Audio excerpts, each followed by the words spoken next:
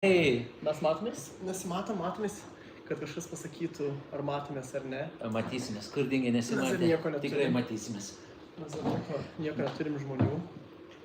Dar minutę palaukiam, tai galim. Penkias kokias. Jo.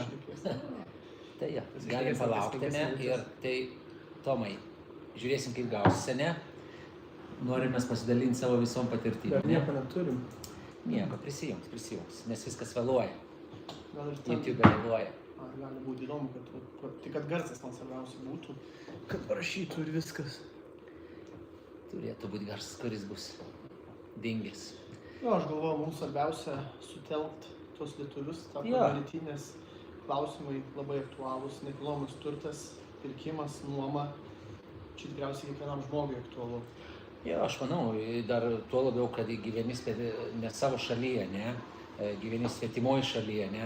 Visa informacija, viskas yra įdomu ir žinokit, ta informacija yra ganėtinai brangi, ne? Ir aš manau, mes ją pasidalinsim už dovaną ir tikrai, manau, jinai bus įdomi ir svarbi mūsų. Tai kas svarbiausia, laiko prasme, tai mes tarkim individualiai ateiti pas ar nekilnojamo turto agentą, ar paskolų brokerį, reikia laiko, reikia važiuoti, reikia skambinti, o čia visi aktualūs klausimai vienoje vietoje. Tai aš galvoju, kad yra super patogu, nes sakau, kaip ir minėjau, klausimas yra toks, kur aktualus visiems. Jo, žinok, jeigu trumpai apie save, ne, aš kažkada, kai atvažiavau prieš 20 metų, su kolegom, žinai, žurnalą leidom, laikraštį žurnalą, nes tokiais būdais bandėm perduoti savo žinias, ne, prisitraukti, aišku, ir klientų, ir pasidalinti, ir dalyvauti bendrovinės veikloje.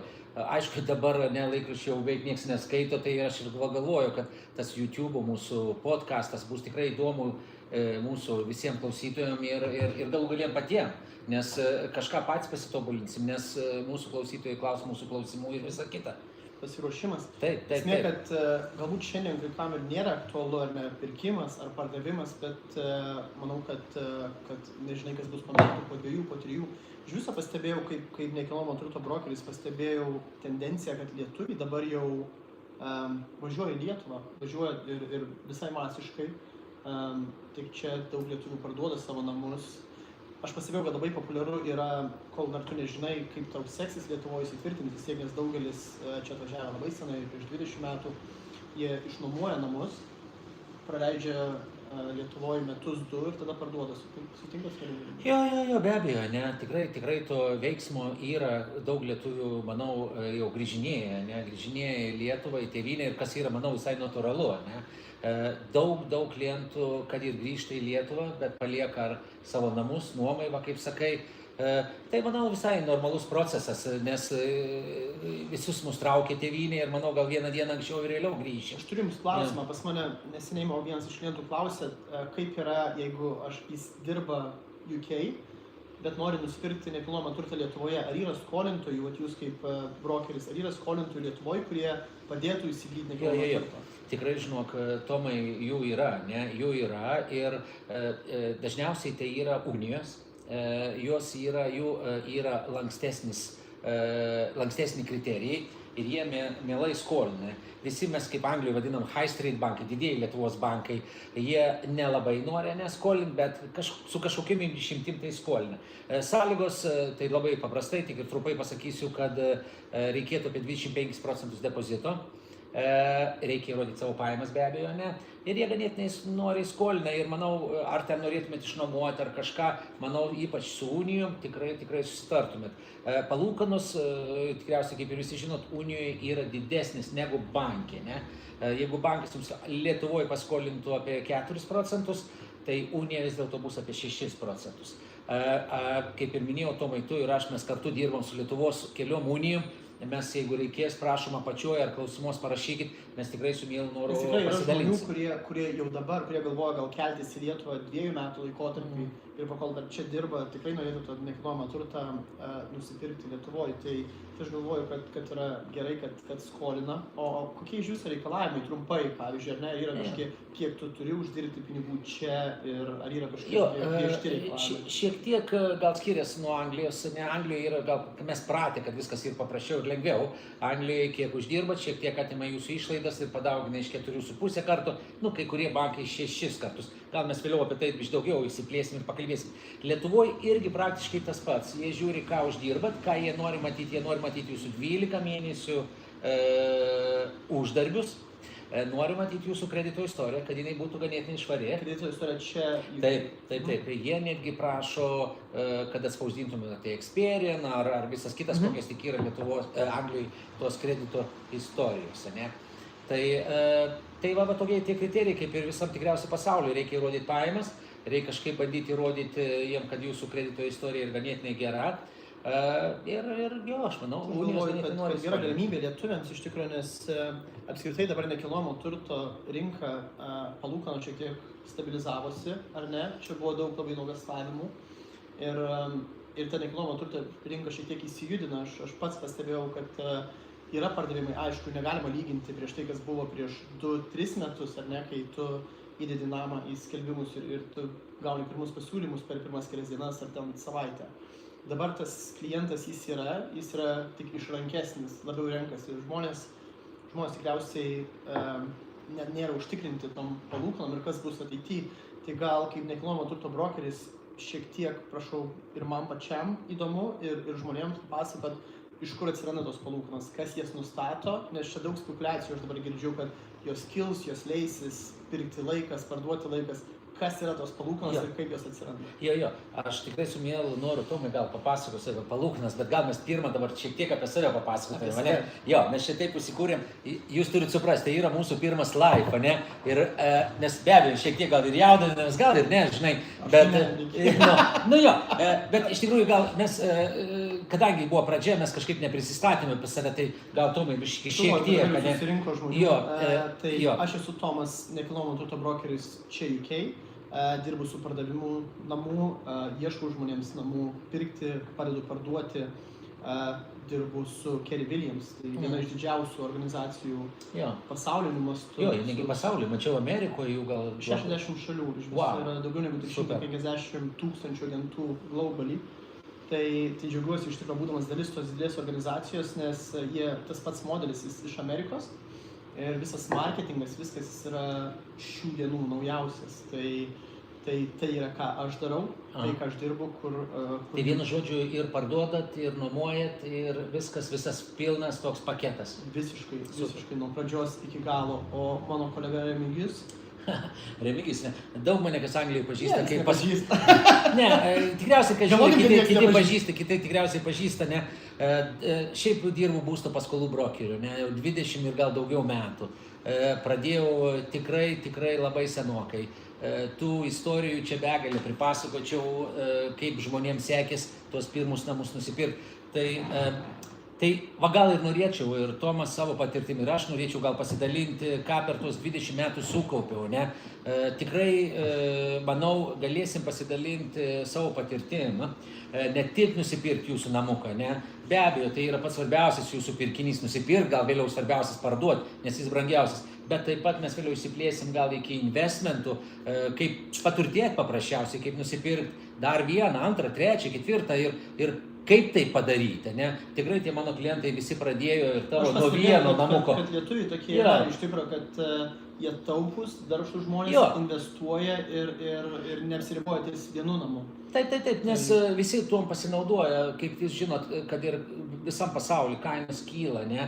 Nes, pigiau nei tu jų pastatysi, nei tu jų viskas kyla ir jie brangs. Ir tuom klientai naudodasi brangimu, kažkiek išima tų pinigėlių iš savo namą ir investuoja į kitus namus. Bet, aišku, šiandien mes labai nesigilinsim, nes gal labiau norim apie save pristatyti, bet mes visom tom temom pakalbėsim. Aš galvoju, kad antra laida tikriausiai ir galėtų būti apie investicijas, apie buy-to-let pirkimą ir apskritai naujas taisyklės, nes jų atsirado labai daug iš tikrųjų ir užkrauta atlandas labai didelis atsakomybės. Tai aš galvoju, apie tai gal padarysim daugiau visą laidą, ar ne? Šita laida bus tokie prisistatymai, kas mes, ar ne? Jo. Tai... Aš manau, ir tikriausiai, kas mums ir yra, kas mums svarbu, ne? Tai tas svarbiausias dalykas gal ir yra, kad perduoti savo žinias, ne? pasidalinti savo žiniom. Be abejo, mes pakviesim svečių, kurie kalbėsim įvairiausiom temom, ir apie investmentus, apie buhalteriją, apie, netgi sakėme, mes turim kontaktus užsienį pirkt namus. Vienu žodžiu, tikrai manau, jūs mūsų sekite ir bus tikrai labai įdomu. Aš daug susiduriu, žmonės klausia klausimų, žmonėms neaišku yra, kas pasikeitė, kaip pasikeitė. Ir aš galvoju, kad mes šito podcastu sukursim ištisą bendruomenę, mes pritrauksim tos lietuvių žmonės, kurie domisi, kuriems įdomu ir tikrai ta bendruomenė mūsų augs ir didės. Tai aš galvoju, kad toks kilnus tikslas. Tai aš manau, apie tą viską ir kalbėsim. Gal dabar kažką prie konkrečiau, ne apie naujienas. Aš turiu klausimų, aš turiu daug klausimų. Aš irgi turiu. Tai man įdomu, kas yra palūkanos, kas jas nusprendžia ir apskritai kokia situacija, ar mes kaip turėdami tą krištolinį rutulį galim pažiūrėti į ateitį. Jau čia tavo klausimai, žinai, Tomai, tokie labai techniniai, ne?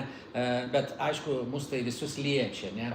Mūsų visus liečia. Jeigu kalbėti konkrečiai apie palūkanas, aš galvoju, dauguma mano klientų nelabai supranta, kaip yra nustatomos būsto paskolų palūkanos. Ne? Visi galvoja, kad būsto palūkanos yra nustatomos palei Bank of England. Ne? Kaip mes dabar žinom, kas mėnesį ten Bank of England pakelia, nuleidžia palūkanas. Sekantis banko bus susirinkimas 19 kovo ir jie nuspręs pakels ar ne. Bet ką noriu paaiškinti, aišku, Bank of England yra labai svarbu, ką jie nusprendžia. Bet ką jie nusprendžia, tai turi labai daug efekto ir tai lemia daug faktorių, tai infliacija, kainos, visa kita, čia labai nesigilinkim. Bet jeigu apie būsto paskolas, ką noriu, pabandysiu jums paaiškinti, ne?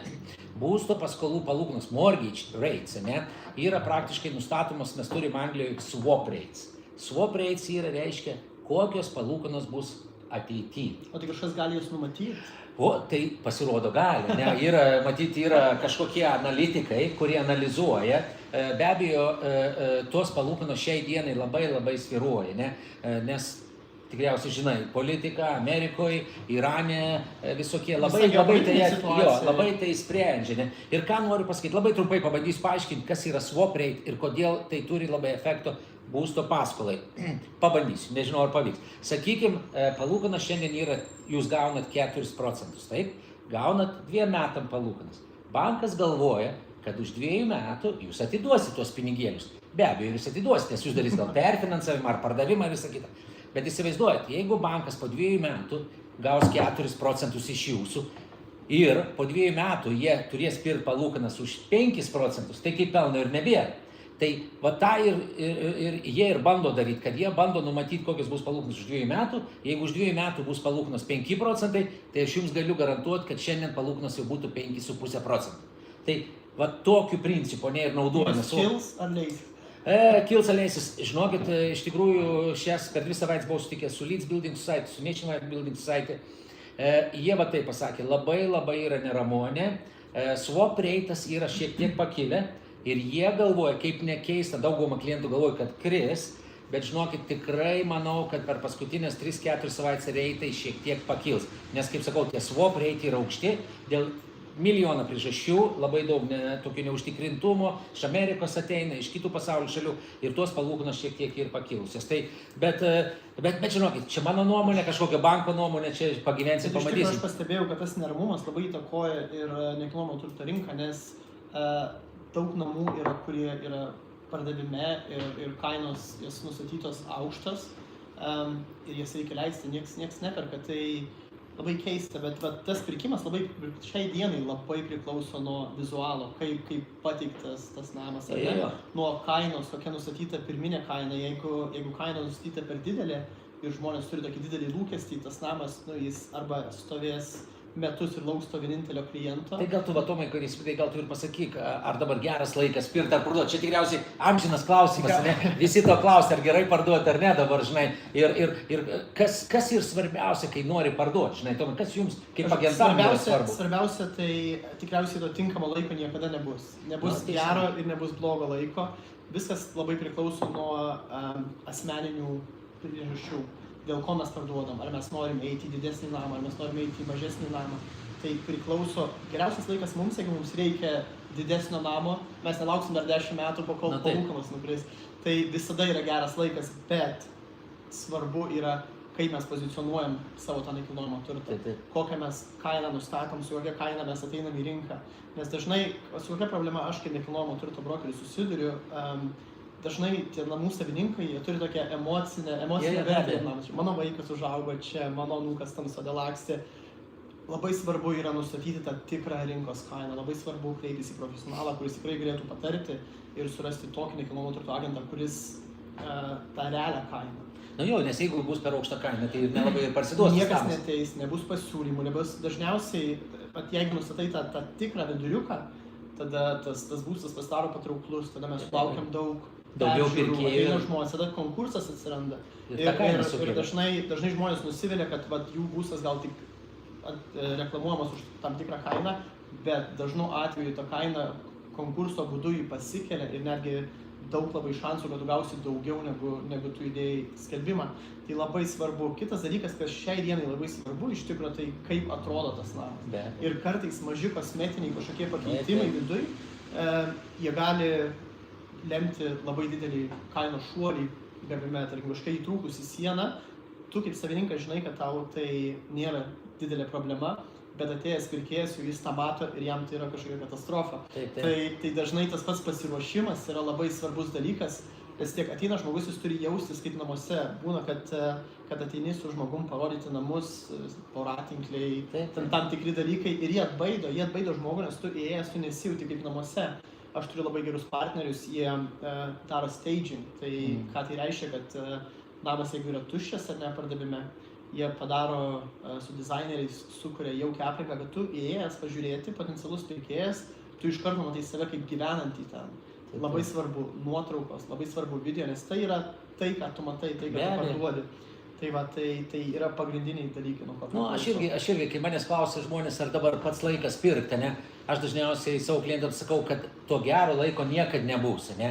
Nes jeigu pažiūrėti į istoriją, tai pažiūrėkit, per kokius 10 metų visko buvo, ir referendumas nepriklausomai, ir covidai, ir karai. To gero laiko žinokit niekad nesulauksit. Jeigu palūkanos labai geros, sakykime, nukrito, reiškia, namų kainos labai pakilo. To laiko gero nebus. Ir jeigu jūs jau šiandien ar mūsų klausot, ar mums paskambinsite, ne, reiškia, tas laikas jums yra atėjo, nes jūs jau norite tai daryti. Ne? Tai aš greitai gal to mėgti. Aš turiu labai svarbų klausimą. Kokios palūkanos yra dabar ir apskritai kokios naujienos yra? Super. Su skolinimais, ką mes skolinam, ką mes galime daryti? Gerai, aš manau visą laiką mes su Tomu apžvelgsim kažkokias naujienas. Labai neįsigilinsiu, gal vieną iš tokių įdomesnių naujienų, ne? Santanderas. Santanderas dabar įdomų produktą, jie duoda su 2% depozito. Ganėtinai toks įdomus projektas, 2% tik depozito. Tik first time buyeriams? Tik first time buyeriam. Minimum reikia turėti 10 000 svariukų. Jie skolina nuo 190 iki pusę milijono, ne?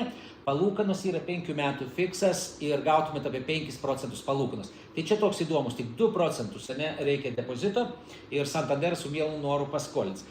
Greit, kaip klausai palūkanas, 2 minutės pasakau, vis dar turim palūkanų keletą bankų, kas skolina su 100% mortgage'ų, praktiškai visiškai nereikia depozito. Yra ir Skiptonas, ir April, jų palūkanos, jeigu depozito neturite, yra 5,1 iki 6%. Tai 5,1 dar nėra taip.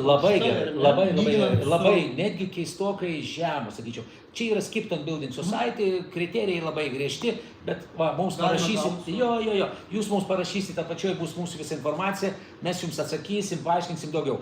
Aš turiu vieną, dabar greitai pertrauksiu, aš buvau konsultacijai, žmogus nori parduoti namą, jis nusižiūrėjęs kitą, bet jis neuždirba tiek, nes normaliai bankai paskolina iki 4,5 kartų, ar ne? Taip. Ar yra kažkas tokio, ką jis galėtų gauti, kas daugiau paskolintų? Tai dažniausiai dėl to mes brokeriai ar agentūros, ar aš kaip brokeris, mes ateinam jums į naudą, ne? Nes mes Anglijoje bijau primeluoti, bijau gal ar 300 ar 400 bankų yra, ne? Ir tikrai, taip, skolintojų, kurie skolins ir tikrai yra tų bankų, kas paskolins ne tik 4,5 kartų. Toks naujas atėjo Perena bankas, tai jis skolina 6 kartus. Čia amerikiečių. Amerikiečių, taip, amerikiečių bankas. Žinokit, tikrai neapsiribokit to, kažkas sako, kad tik 4,5 karto. Tikrai yra banko, ne? Dabar man įdomu, jeigu jie skolina iki 6 kartų, kokios tos palūkanos, Jo. jos yra labai ženkliai didesnės? Jo. Jeigu, tarkim, sugrįž prie tų palūkanų, jeigu turit 5% depozito, tai palūkanos būtų apie 4,5%. Jeigu 10% depozito turėtumėt, palūkanos būtų apie 4% iki 4,5%. Čia Šiaip, ne? O jeigu dabar sakom 6 kartus paskolint, be abejo, bankas tai žino, kad jums reikia daugiau pinigėlių ir jie tom naudoja, žinai. Tai jų palūkanos būtų apie 5,8-5 kažkur, apie kažkur netoli 6%, ne? Aišku, truputį didesnės tos palūkanos, bet padės jums įgyvendinti jūsų svajonę, kažkokį įsigirti tą namuką, žinai. Mano svajonė, tai aš noriu namų. Visi mes norim. Tai, žinok, va tam ir yra gal mano klientų didžiausia problema, kad mes turim svajonės, ne? Ir mūsų svajonės ir jos labai gražios didelės. Ir aš štai sakau, kartais reikia mūsų svajonės sumažinti, kad nusipirktumėm gal kažką mažiau, gal kažką toliau, bet turėsim savo, ne? Aš irgi gal kažkur norėčiau gyventi, bet gyvenu kažkur ten gal už 100 mylių, žinai. Bet, taip, reikia... Jo, visi mes to gal norėtumėm, žinai. Ir tai va, ir reikia kartais savo tos norus padaryti tokiais realesniais. Gal reikėtų truputį, gal 3-4 kilometrus biškutį toliau pavažiuoti, bet be abejo nusipirksite, ne? Jeigu kalbėti apie tai, aišku, jūs turite suprasti, kad nuomai mortgage jūs visą laiką mokat.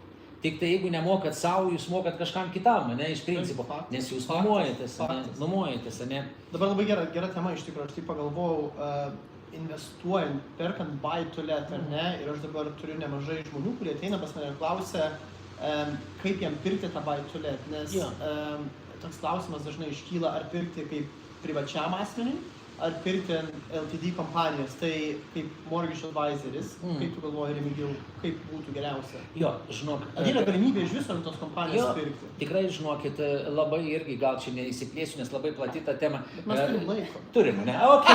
Ok. Žinai, iš pradžių, ką turėčiau pasakyti, čia yra finansiniai dalykai, iš pradžių turėtumėt pasikalbėti su savo buhalteriu, su accountingu, ne? Ar jums verta pirkti ar ne? Su GP pasisekti. Arba su ChatGPT, jo. Komi yra skirtumai? Noriu greitai pasakyti, kad jūs galite pirkti nuomai ant savo vardo, arba jūs galite pirkti ant limited kompanijos. Čia šiek tiek, jeigu trumpai, viskas priklauso, kokios jų pajamos. Jeigu pajamos yra toj didžioji pusėje virš 40-50 tūkstančių, jau reikėtų gal pirkti ant limited kompanijos. Bet be abejo, kaip jūs žinot, limited kompanija bus papildomos išlaidos, reikės buhalterių ir visa kita, ne? Labai trumpai, Tomas man uždavė tokį klausimą ir aš norėjau, daugelis irgi nežino apie limited kompaniją, pasakyti labai svarbų dalyką, ne? Kai perkat ant kompanijos, visai patarčiau įdėti kaip akcininką savo vaikus. O amžius svarbu vaiko ar ne? Nėra svarbu, ne? Nėra, įsivaizduojat, net svarbu, ne? Ir jeigu jūs vaikučiui įsivaizduojat, duodat iki 20% akcijų, kaip akcininkui, ne? Tai, sakykime, Tomas pasilieka 80, o savo kažkam dukrytį, sakykime, duoda 20. Kame yra reikalas? Reikalas yra tame, kad jūs sutaupot labai daug taksų. Įsivaizduojat, sakykime, kaip aš, kažkiek pasenau, ne? Tai, sakykime, noriu akcijas perrašyti jau dukrai, perrašau visas akcijas dukrai ir dukrytė tampa tos kompanijos savininko ir namo savininko. Ir įsivaizduojat, jinai išvengia tokio kaip pirkimo viso proceso. Jinai tampa savininkė, nereikėtų mokėti nei stamp duty, nei už advokatus. Tai labai įdomus toks aspektas, ne? Tai irgi, jeigu kas, mums gali parašyti, ne? Čia labai iš tikrųjų. Jo, dėl taksų labai įdomiai. Bet čia tik buy to let, ar ne? Čia tik buy to let. Tu negali būti first time buyeris, atsilikti LTD kompanijos.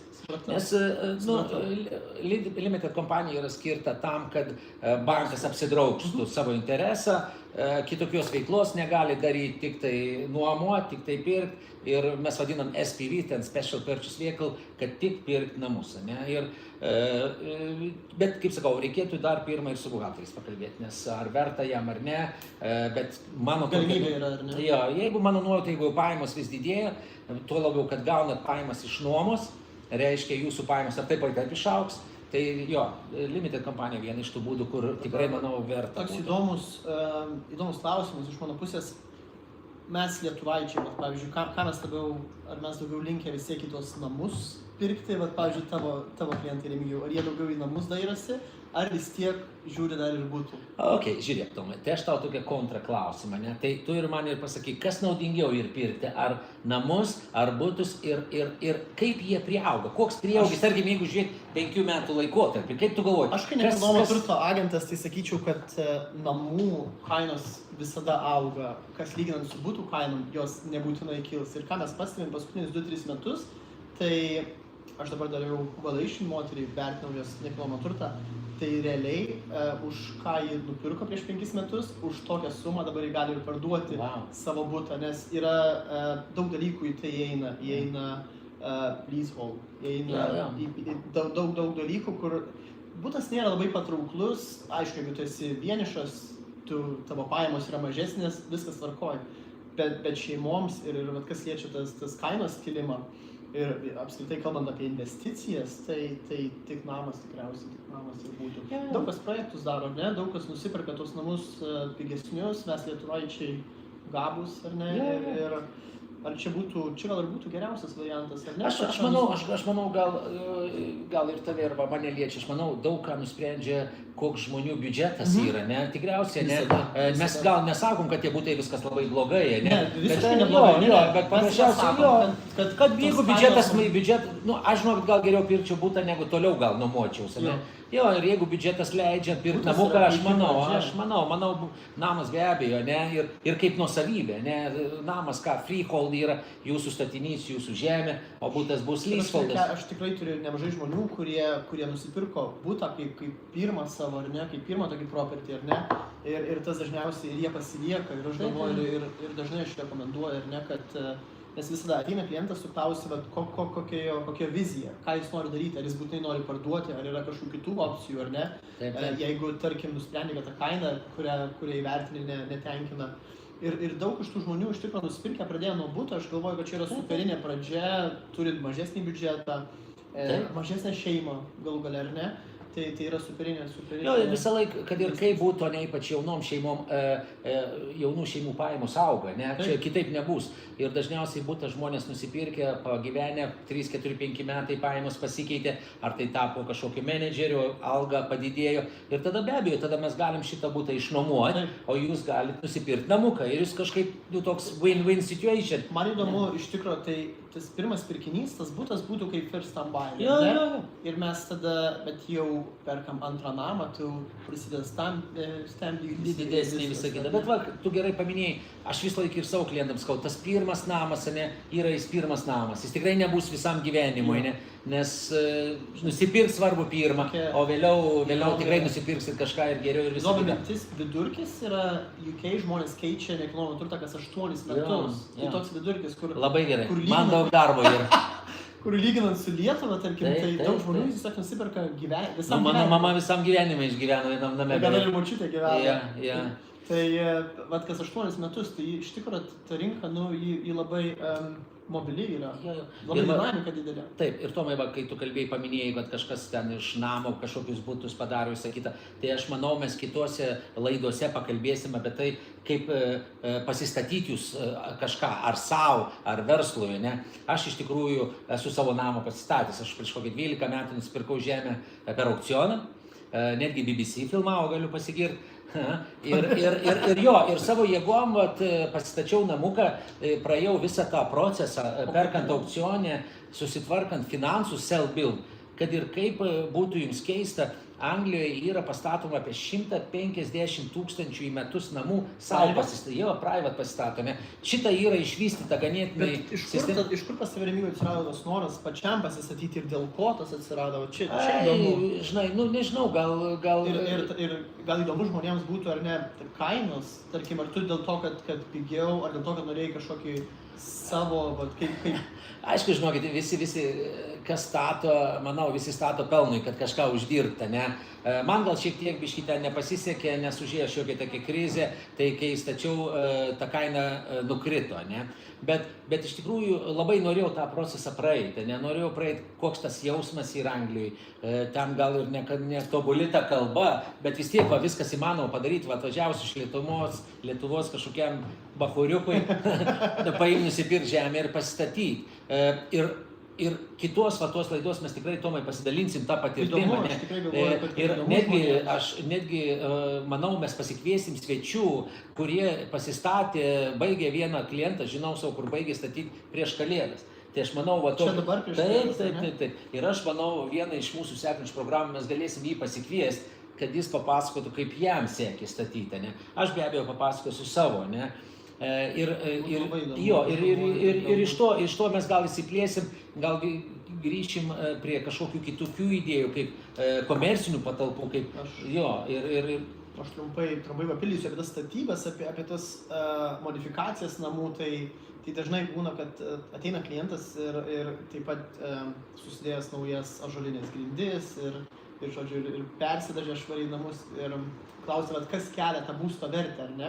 Aš kaip nekilnojamo turto agentas galiu atsakyti, kad nei naujos užuolaidos, tikriausiai nei ąžuolinės grindys ten labai jau į kosminės aukštumas nepakels tos vertės. Galbūt net garažas pastatytas iš tikro nepakels. Aš suprantu, kad tas plotas atrodo didesnis, bet gyvenamasis plotas, tai yra kas yra svarbiausia, ar ne? Ir tikriausiai svarbiausia, kiek mes tų miegamųjų turim, kiek mes tų vonios kambarių turim, kas kelia iš tikrųjų tą vertę, ar ne? Aš manau, nes, žinokit, kas, Tomai, tau gali būti gražu, man gali būti labai negražu, ne? Aš čia turėjau irgi klientą, tai tokius gražius laiptus pasistatė visą kitą, bet atėjo šeima iš Azijos, ir jie tik įėjo ir sako, wow, čia pirmą, ką reikia pakeisti tos laiptus. Tas žmogus žiūri ir nebesupranta, gal jis čia tiek didžiavos tais laiptais, o tie žmonės sako, ne, klausyk, ką darysim, čia tos laiptus reikia keisti, ne. Tai jo, žinokit, kaip tu, Tomai, ir mini, tikriausiai ta vertė namo yra ne laiptuose, ne, Paminėjai, Remigijau, aukcionus ir aš žinau, kad tu turi pas save pažintys, yra labai plačios šiaip per tą visą laiką. Gal mes galėsim kažką pasikviesti, kas galėtų mus šiek tiek supažindinti su tuo procesu, kaip tu galvoji? Jo, be abejo, kaip mes ir minėjom pradžioje, mes pasikviesim tų svečių, ne, pasikviesim ir kas iš aukcionų gal kažką, pasikviesim ypač komercinių brokerių, nes vis tiek daug žmonių turi tų idėjų kažką pastatyti, kažką parduoti, kad ir kaip būtų, vis tiek dauguma mūsų klientų, mano ar mūsų tautiečių, daug kas yra susijęs su statybom. Ir visi, manau, turi tos patirties ir, manau, dauguma žmonių norėtų ne kitiems statyti, bet savo pastatyti. Ir va tą noriu pabrėžti, žinokit, jeigu kažkas domitės kažkokiam komerciniam statymam, sakykim, aš noriu pastatyti 6 butus, tikrai skambinkit man arba Tomui, arba detalės, kur bus apačioj, mes jums tikrai padėsim, aš padėsiu sutvarkyti visus finansus, tikrai nėra taip sudėtingai, kaip jūs galvojat, aš finansus, Tomas padės jums parduoti. Mes turim labai gerą partnerę, iš tikrųjų, kuri dirba su komerciniam paskolom, labai aukšto profesionalumo moteris. Taip.